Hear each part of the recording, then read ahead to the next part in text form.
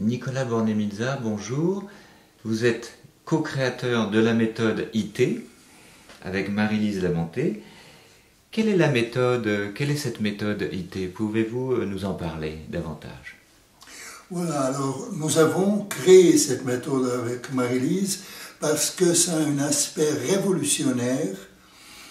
Bien sûr, l'objectif est à aider la personne souffrante ou la personne désorientée quand la personne vit une crise personnelle.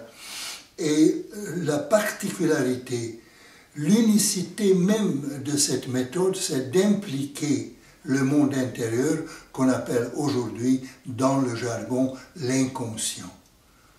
Alors cet inconscient est un monde extrêmement vaste que nous portons en nous et qui nous porte, et la connaissance de cette méthode permet une ouverture vers une action par rapport de la santé psychologique et éventuellement régler ces crises qui peuvent grandement déranger nos vies.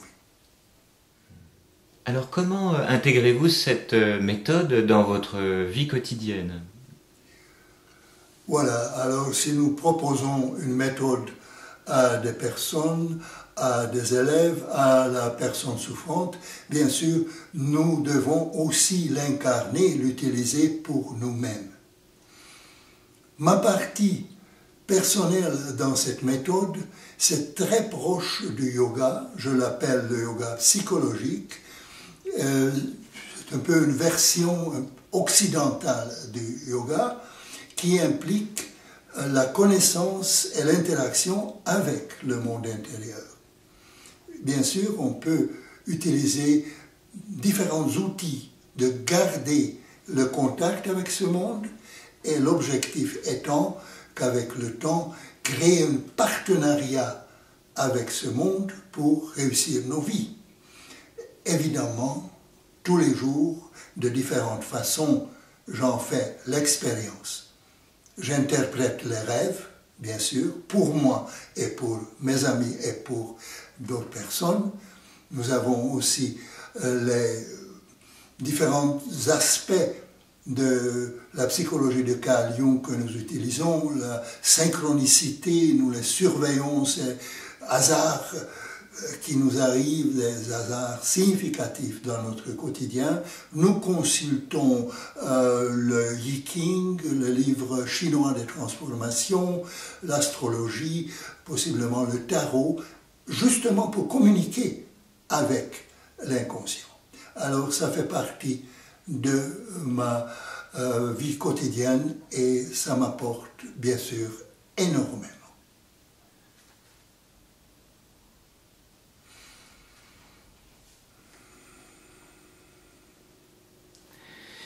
À qui s'adresse particulièrement cette méthode? Et faut-il avoir déjà une forme de compréhension de la psychologie?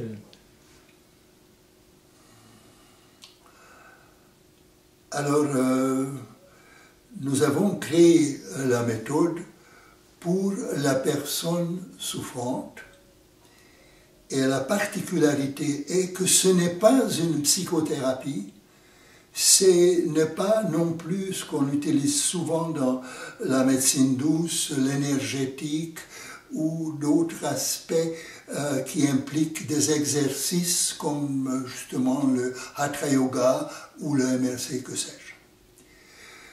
Alors, au fond, il faut avoir une certaine intuition par rapport à la méthode, une voix intérieure qui peut réagir peut-être suivant un rêve, une rencontre, en lisant certaines réalités dans un livre qui fait un appel et qui produit quasiment justement ce hasard significatif qui fait qu'on rencontre notre méthode, ou un des créateurs ou un des praticiens de notre méthode. Et alors, dans la forme d'un atelier, une conférence, on peut en être touché. Si ça intéresse la personne, va alors plus loin pour consulter et possiblement en tirer profit. Que pourrait attendre une personne qui viendrait consulter un intervenant IT pendant quelques séances? Quel serait l'objectif pour lui? Bien sûr, l'objectif est, en premier lieu, de surmonter des symptômes difficiles, des douleurs, des angoisses, que sais-je. Alors, nous espérons que au bout de quelques rencontres, la personne réalise qu'elle n'est plus seule dans sa détresse et dans sa démarche. Et je ne pense pas là aux praticiens, mais que la personne sente et elle a la preuve quelquefois à travers un rêve ou d'autres contacts avec l'inconscient, qu'il y a là une réalité qui s'occupe de la personne et qui fait un effort pour que la personne puisse être mieux. Et quand on a la preuve de cette influence, généralement la personne est rassurée et se sent mieux déjà. Bien sûr, il ne s'agit pas là d'une guérison finale. De toute façon, même la guérison des symptômes n'est pas uniquement l'objectif, mais de pouvoir rencontrer dans la vie cet appui intérieur, cet allié intérieur qui va rester avec la personne intéressée pour toute la vie. Réaliser un contact en grande profondeur avec cet inconscient, avec ce monde complètement vaste, bien sûr ça prend du temps. Mais une fois qu'on a eu la preuve de l'intérêt et possiblement dit la bonté de ce monde, mais la vie a déjà changé quelque temps.